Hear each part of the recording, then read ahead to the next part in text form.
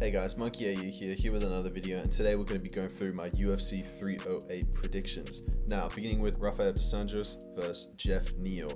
Now, I'm predicting RDA by KO, which is actually a pretty big underdog pick, especially against Geoff Neal, who's got incredible boxing, but I just think RDA's hand speed is very underrated, and the fact that he has dropped nearly all of his opponents that he goes against is going severely under the radar against Geoff Neal. And Geoff Neal, again, he does have the power, but sometimes he's a bit slow with it, and I just think RDA is going to catch him with his quick hands.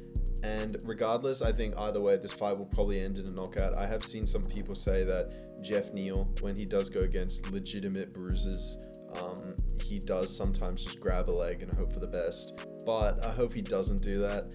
And even if he does, I think RDA has good wrestling, and he's got a big enough jiu-jitsu threat where he could even potentially hit Geoff Neal with a DAS or a guillotine if he were to really just hug his leg the whole fight. But I don't see that happening. I hope this is a banger, and it's great to see a legend like RDA fighting some good competition like Geoff Neal. Next fight, Sharabullet Magomedov versus Armen Petrosan.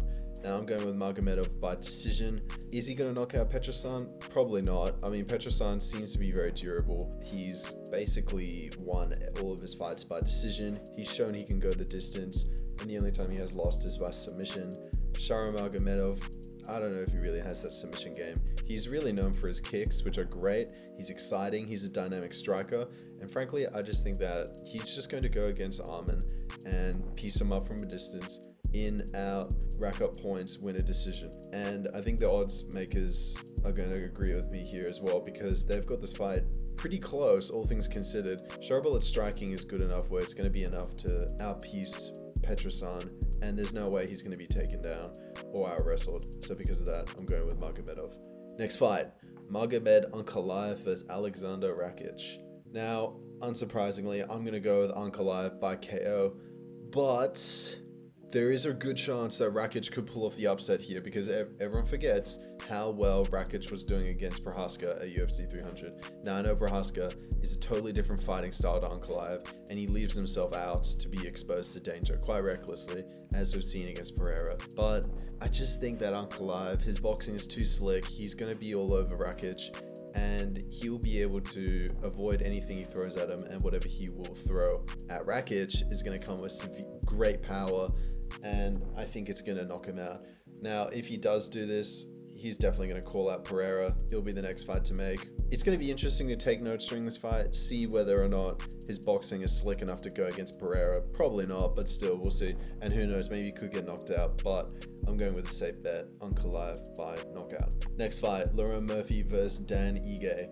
Now, originally I was going to go Dan Ige, and I was basing this on the fact that Lerone Murphy is relatively inexperienced. And the problem is that everyone he's fought up until Ige didn't necessarily have that grit, until he fought Barboza. Now here's the thing, Barboza, 5-rounder, it was an okay fight. The problem was Barboza had just come off schooling. I can't remember who it was.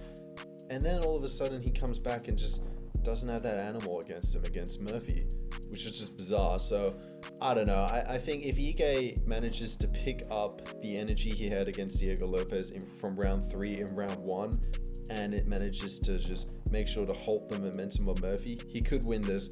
But I don't know. I just think that Murphy knows what's at stake here, and he knows the keys to victory against Ige. The keys to victory against Ige is volume to get a decision, because it's only until you gas out that he builds momentum. He's like Holloway in that sense, Still, I think Murphy will get this done, but believe me, I want Ige to get this done. Co-main event, Robert Whittaker and Khamzat Chimaev.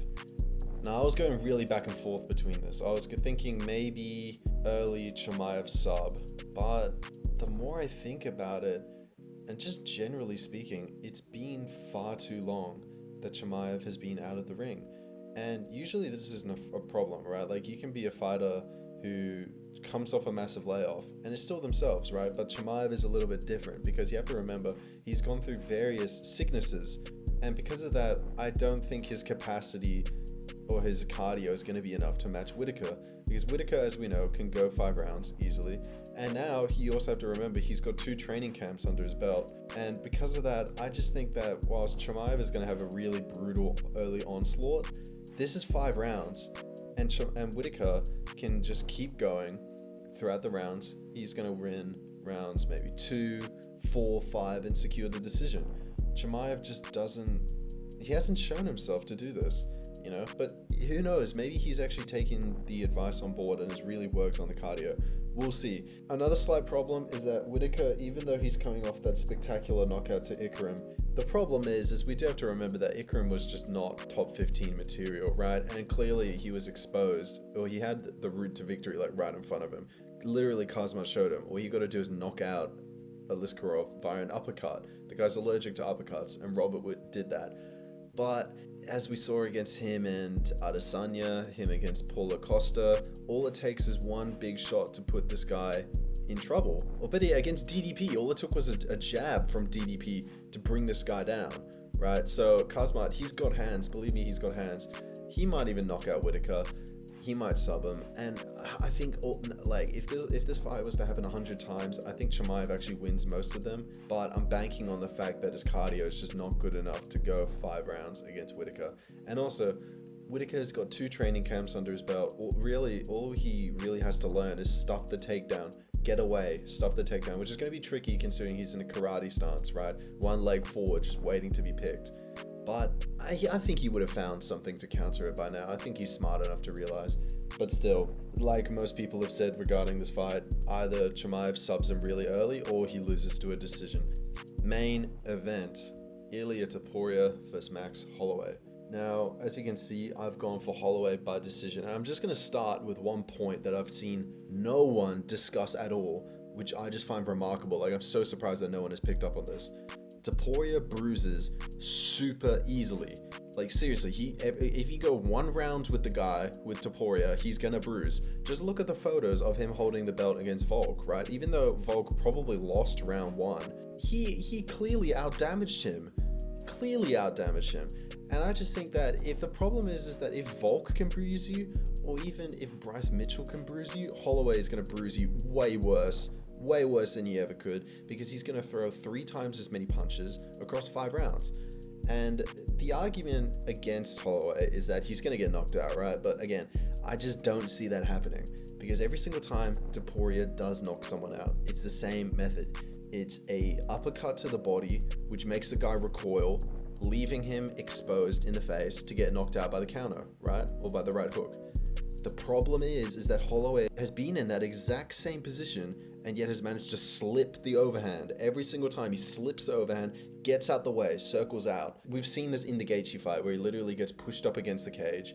He gets hit with a body shot, but he slips out of the way, circles around Gaethje, and you could argue that Gaethje doesn't possess the same technique as Topuria, but still the principle still stands. He knows exactly how to counter Topuria's biggest strength. Also, if we're going to talk about the chin, even though Holloway was dropped by Gaethje, the fact that he got up so quick and it was a perfect shot, it wasn't even on the chin, mind you, it was on the back of the head, if anything. And the times when Holloway did get clipped clean on the chin against Gaethje, he was fine. And I think if we're going to be honest, Gaethje probably hits harder than Topuria.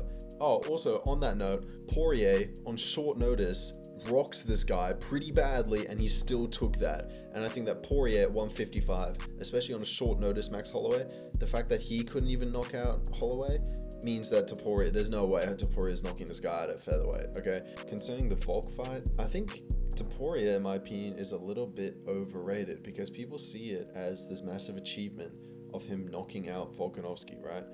And I see people discussing, we need to stop belittling Ilia for knocking out a washed Volk. But let's be real, it's not that he was washed, but it was because he was coming off a head kick 3 months prior.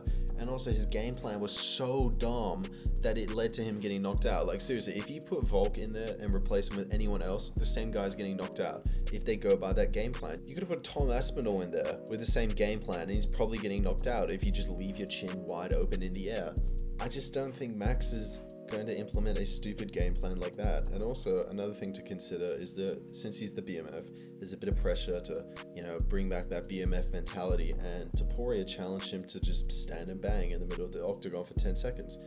Now Holloway, understandably, and thank God for this, he said he's the BMF and not the DMF.